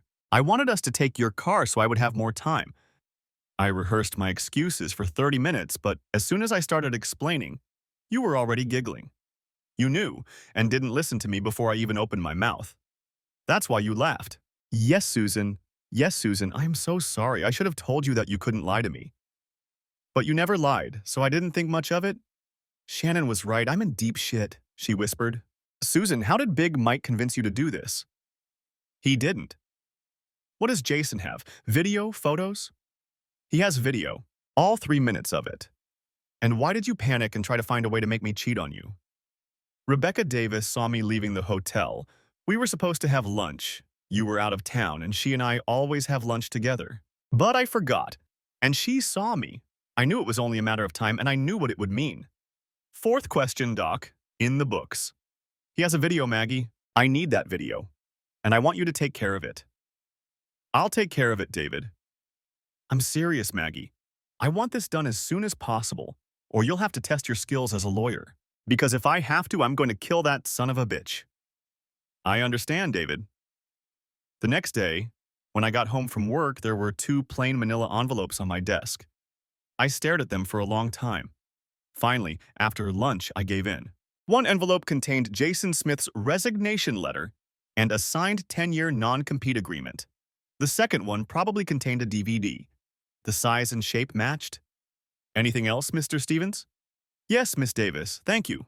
Take this to HR and ask them to advertise the senior tax accountant position. And destroy the contents of this envelope. I'll destroy them myself, Mr. Stevens. Thank you, Becky. Okay, David, you were right. It seems you have a good understanding of the issues we're facing. But it's clear that Susan regrets what she did. She's willing to do whatever it takes to repair your relationship. It's obvious that you still love her. And she obviously loves you with all her heart. There's work to be done. I believe all that is true, Doctor. But it doesn't matter. Okay, what's holding you back? What can we do to push you toward a possible reconciliation? It's an impossible task, I wouldn't even ask. Rome, for God's sake. The situation was rapidly deteriorating. I really needed to talk to Maggie about her judgment. Who the hell certified Amanda Skinner as a psychotherapist, and where the hell did she go to school? Ah, here it is. University of Notre Dame. Damn right. Susan, what made you finally give in? I'm sorry, David. I don't understand. I'm curious why you took so long to give in. I don't think such a slow drip would have been so convincing. I wonder what made you change your mind. David, I don't understand. I'm sorry, Susan. What trick did Jason Smith show you that finally freed you from your vows? I mean, he worked for 5 years to get into your life. That's a huge effort for any jerk. Even for you, Susan. You have to give that bastard credit for his persistence. I wonder how he did it. 5 years? Oh, David, that's not that long. Of course it was, Susan. He got your attention when he volunteered at your charity organizations. You even mentioned it to me. I even thanked your friend for his efforts. I remember it well. Are you saying you don't remember? I remember, David. Okay, then I want to ask you. After 5 years of Susan, you're so beautiful. Susan, we'd be so good together. Susan, you're so special. What made you change your mind? Unless, of course, you were just having fun all these years. No, David, it was just once. We only did it once. Yeah, 3 minutes, my mistake. So what did he do? How did he win the beautiful princess? I don't know, David. I don't remember. We're in serious trouble with the fifth theme, Doc. Maybe you should start paying attention. Susan, maybe you can't answer that question because he didn't do anything else? Yes, David, that's possible. See, Doc, Susan only lied to me 3 times. Pretty impressive for a relationship like ours, but that's why we got divorced. Mr. Stevens, what are you talking about? God, Doc, focus. 3 lies. Once about a reservation, once about an accident, and once when she told me about one of her friends but didn't tell me about another. 3 lies in 15 years. I still don't understand what's holding you back, Mr. Stevens. She told the truth, Doc. That's why. Why, Susan? I don't know, David. Honestly, I don't know. She's not really a lesbian. You know that, right? What are you talking about, Susan? I'm talking about Maggie, David. Okay, Susan, I agreed to keep seeing you because Dr. Skinner said it would be helpful. But if you insist on sticking needles in me every time we talk, I'm going to have to stop coming. I know I did that before, David. I was just trying to get you to talk to me. Even arguing with you was better than sitting in silence. I don't do that anymore. She's in love with you. She always has been. She's telling the truth, Doctor. That's why we're getting divorced. Susan was panicking. It was brutal. I had managed to keep my emotions in check by forcing myself to sit through 4 weeks of this stupid therapy. But this was real. The end. It was hard to watch, even harder to be a part of. Susan was devastated, just like me. My father always told me, put everything on the table, son. Even if we can't solve the problem today, it's better to know that we have a problem and what it is, so we can start looking for a solution.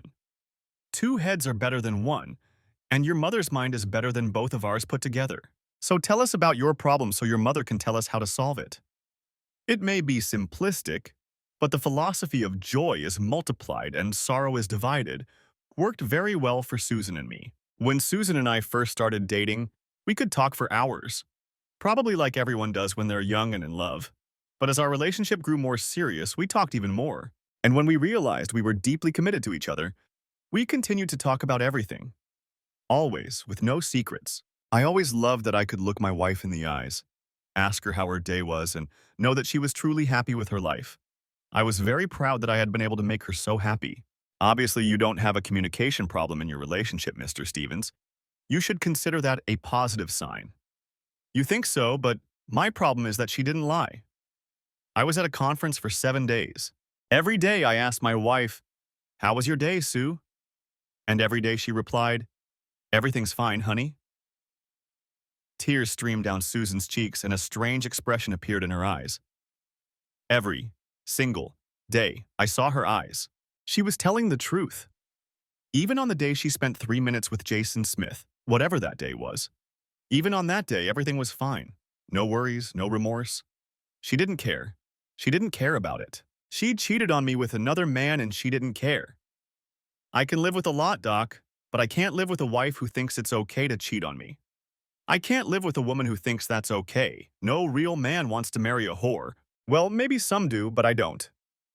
Since I knew the end was near, I was prepared for the worst. Screaming, begging, and tears.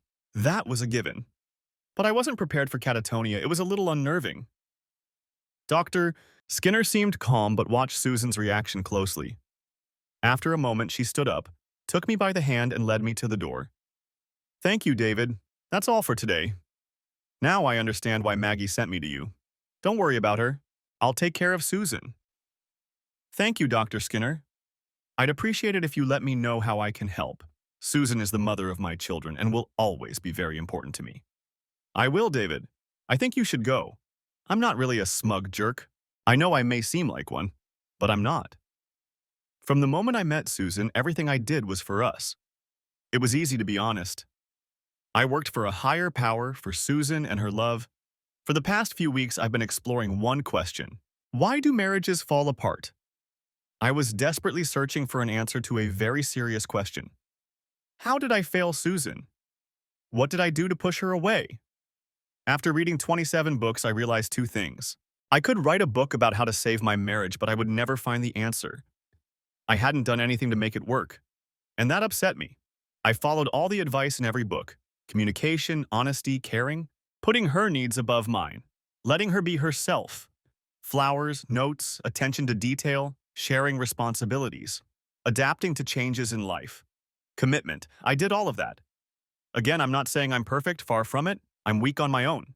It was Susan who gave me strength. I did all those little things because they made her happy. And when Susan was happy, I was immensely happy. I did everything for her because she energized me. Naturally, this reflected on our children. They were an extension of my love for Susan and deserved everything I could give them. Some men would call all this a great sacrifice. I sacrificed my dream for my family. But not me. I thought it was easy. Susan and my family were my dream, and everything I sacrificed came back to me tenfold. My biggest problem was that if I couldn't find anything wrong with myself, I would have to change to stay married to Susan. I was honest, faithful, loving, and kind. I couldn't be a man with an open relationship. I would never be a cuckold. The word alone made me sick. I desperately needed to understand what I had done wrong, so that I could reconcile with my wife, to forgive myself for my failure, forgive her for hers, and move forward together. My current depressed life was based on the realization that I would never find that failure. Another thing that bothered me was that all my memories of the last 5 years we had spent together were tainted. It's amazing how things that seem so innocent when your eyes are full of love can seem so insidious when you look at them through the prism of hurt, anger, and betrayal. Susan and I went on a lot of walks, danced, went to parties, and so on. Things I hadn't noticed before were now eating away at me. Moments when she might have danced too close to another man. Smiles, laughter, touches on another man's arm. I never used to pay attention to flirting. It was harmless fun. But now I wondered if my indifference to these things had cost me my marriage. Was I my own worst enemy? It was Maggie who almost forced me to continue counseling. You have to fight, David. You have to try to save our relationship. Only when you've tried absolutely everything, only then can you give up. That's how it has to be.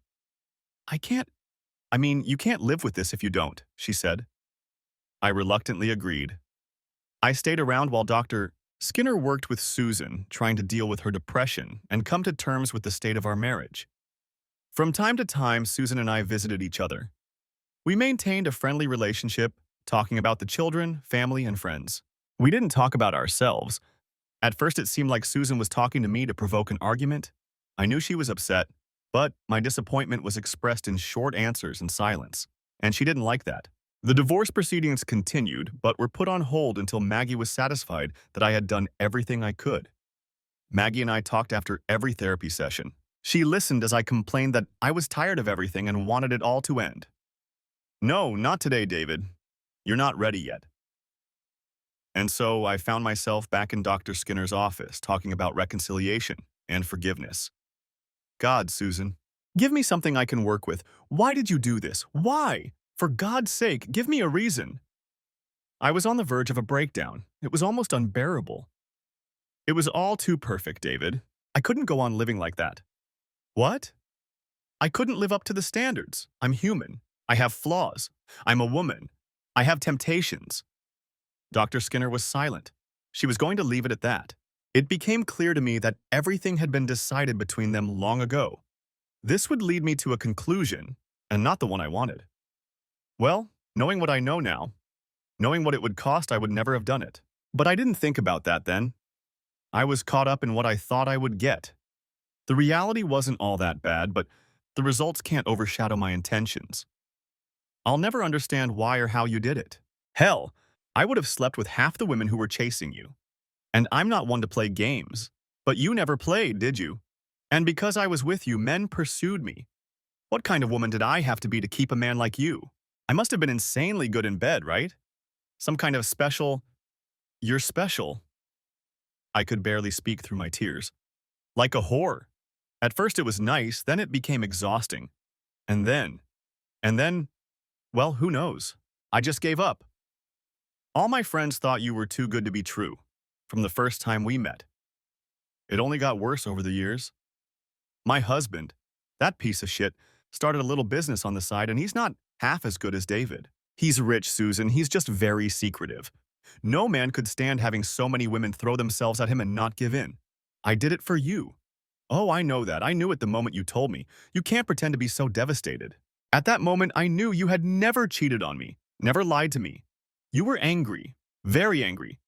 And that kind of pain only comes from real betrayal. Dr. Skinner showed me that. I don't know what to say. You don't have to say anything, dear. I cheated on you. I chose to do it. I wasn't satisfied. I'm not happy with the result, but it was my decision. Dr. Skinner spoke for the first time. We must take responsibility for our decisions and the consequences of our actions. The walls were closing in. It was hard to breathe. It's not your fault, David. Not directly. It was my mistake, my obsession, my lack of faith. It's okay. You can forget about it now. I'll take care of it myself. I had to leave. Susan, Dr. Skinner. I have to go. I'm very sorry it turned out this way. I can't stay. Goodbye, Susan. And I walked out the door and into a new life, all alone. That was very good, Susan. I'm proud of you. I know it was hard for you, but by taking full responsibility, we've laid a foundation on which to build. Next time will be easier. He's upset, but now we can move on. He's not coming back, Dr. Skinner. That's all there is. Don't lose hope, Susan. We've come this far. No, I'm not losing hope. Only in David. Now she'll help him. She loves him. He's not coming back. She warned me not to hurt him. She said she'd help me. And she did. But he's not coming back. Who? Maggie. She's in love with you. She always has been. What the hell are you talking about? Just don't send me away, David. She'll still love you. But we have children. We'll always be connected. I know I can't have you, and I won't try to get you back. But please don't push me away. I can't live like this. I can't. I didn't want to remember the last session. I didn't want to talk about it. Fortunately, I didn't have to. She just looked at me. Okay, David, it's over. I'm done. Oh, Megs. She rushed over and hugged me while I cried. And I cried a lot. And don't you dare say I never cried. From that moment on, my life went into some kind of unhealthy spiral. There were no lengthy court battles. Maggie enforced the prenuptial agreement. Then we met with Susan and her lawyer. I was generous. I wanted to give her more, but Susan wouldn't agree. She said that as long as she could live comfortably and see the children, everything else was superfluous and she didn't deserve it. She asked me to let her continue her charity work, saying it would give her something to do. That and the small salary she could earn there would keep her happy. Our marriage was over. Susan and I still saw each other once or twice a month, mostly just to talk about nothing. And then she dropped her bomb. I went home to my apartment. It was more of a luxurious bachelor pad. I was drunk. I didn't have any visitors except Maggie and the kids. Maggie was home as usual when I got there. We looked at each other for a long time. She was very upset and sighed heavily, then sighed even louder. Let's talk about this, okay? Sure, Mags. Here? No, let's go to the living room. We walked silently to the kitchen and got drinks and snacks. We moved in unison without talking. She sat down across from me in a huge armchair. With her legs tucked under her, she looked so small. My uncle molested me when I was 6 years old. I was shocked. I didn't expect the conversation to start like this. Those 4 months of my life changed me forever. I've never talked about it to anyone, except the prosecutor, my parents, and my therapist. We tried to stay in San Francisco, in our family home, but that's where it happened most often, and I couldn't get rid of the nightmares. After a year of therapy, my father got a transfer to Chicago, and then we moved into the house across the street from you. For over a year, I didn't talk to any boys or men except my father. And then I met you. Your family came over to say hello to us. I watched them from the stairs for a long time. I looked at you. You were different. I couldn't explain why. I still can't, but I knew you were different. I didn't know you saw me until you slipped past my parents and went up the stairs. Hi, I'm David. I'm so glad you're here. We're the only kids in the whole neighborhood. We can be friends and go to school together. You'll like it here. We'll have so much fun. What's your name? From that moment on, you were my best friend. For over a year, I had been scared and lonely, and then you came along. My personal guardian angel, I felt safe. I was surprised, but my parents were stunned. Remember how they looked at us when they saw us talking? Not really, I was too busy talking to you. I smiled. I know, I remember. I never lied to you, David. I've always loved you, and you've always known that. I couldn't hide it from you. I just never told you that I loved you. To be honest, it just never crossed my mind. You were and still are my best friend and the only person I truly trust. You've helped me more than you'll ever know. You were so kind, gentle, and sweet. I never wanted to be apart from you. When we grew up and you became such a handsome man, I realized I was in love with you. But I had too many unresolved issues. Besides, you weren't interested in other girls, so I never worried about it. You were all mine, and other guys left me alone. None of them ever tried to compete with you. To be honest, I think it was easier for them that way. You were always there for me, so other girls looked for someone else, and that made the guys happy. I never told you I was gay. What I said was true.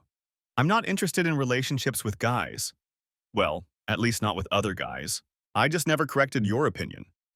I can't have children, David. My uncle made sure of that. I know you better than anyone else, and I knew you wanted a family, especially after your parents died. I can't stand in the way of your dream. When you met Susan, I could see you were in love, and I was very happy for you. I would never do anything to break you two up. Never. I told Susan before your wedding that I loved you. I also told her that she didn't need to worry about me and that I would help her keep you, no matter what. But I also told her that if she ever hurt you and you broke up, I would take my chance. I would wait forever, with no regrets. She was silent. She told you about me, didn't she? Yes, this afternoon. I was stunned. I recognized her. Margaret Peterson was my best friend. Always had been and always would be. She loved me, and I always knew it. I always loved her, and she knew it. I would have done anything for her, and she would have done the same for me. She was stunningly beautiful. She waited silently for me to fulfill my dream. Now I have children. She fought all my attempts to break up my marriage until I was convinced it was beyond repair. I agreed to the divorce. She wanted me, and I wanted her. Our first kiss, when we became more than friends, was truly magical. It was the culmination of many years of friendship, care, and love. I held my breath. Shortly after that, we found ourselves in the bedroom for the first time. That night will always be special to me. Since it was Maggie's first time, it was as traumatic as it was beautiful. That's all I can say about that. I will just say that Maggie Stevens is the most beautiful woman in the world, and I don't think anyone who has seen her would argue with me. Susan remains a part of our lives. She and Mags work together on many charities that our foundation supports. She spends all the holidays with us and the kids. True to her word, she never tried to get me back, and I never treated her any differently than a loving mother treats her children. Don't worry, I hear your angry cries. My revenge was weak. I should have done things differently. You know, I think that in a fantasy world, everything always works out in favor of the hero. But in the real world, cruel people go to prison. Jason lost his job and his career. That was the revenge I needed. If Susan hadn't decided to cheat on me, I wouldn't have bothered with him. Mike was a loser, and he'll always be a loser. You can't make someone feel like an even bigger loser if they've never been a winner. Susan, I love her. I always have and always will. The fact that we can't be together hurts me as much as it hurts her. Of course, having Maggie in my life has made many of my problems easier to deal with. But she has always been there for me and always will be. To make Susan suffer more than just losing our marriage would be impossible. That was enough. Pain is pain. And you can't focus it on one person and not get hurt yourself. It's better to try to move on and find as much happiness as possible. By the way, Susan doesn't seem to be seeing anyone, but we've never talked about it. Overall, she is happy and content with her life. Sometimes I realize that she misses me and our life together. I know this because I can see it in her eyes. Thank you for watching. I hope you enjoyed it. Subscribe to my channel and stay tuned for the next video.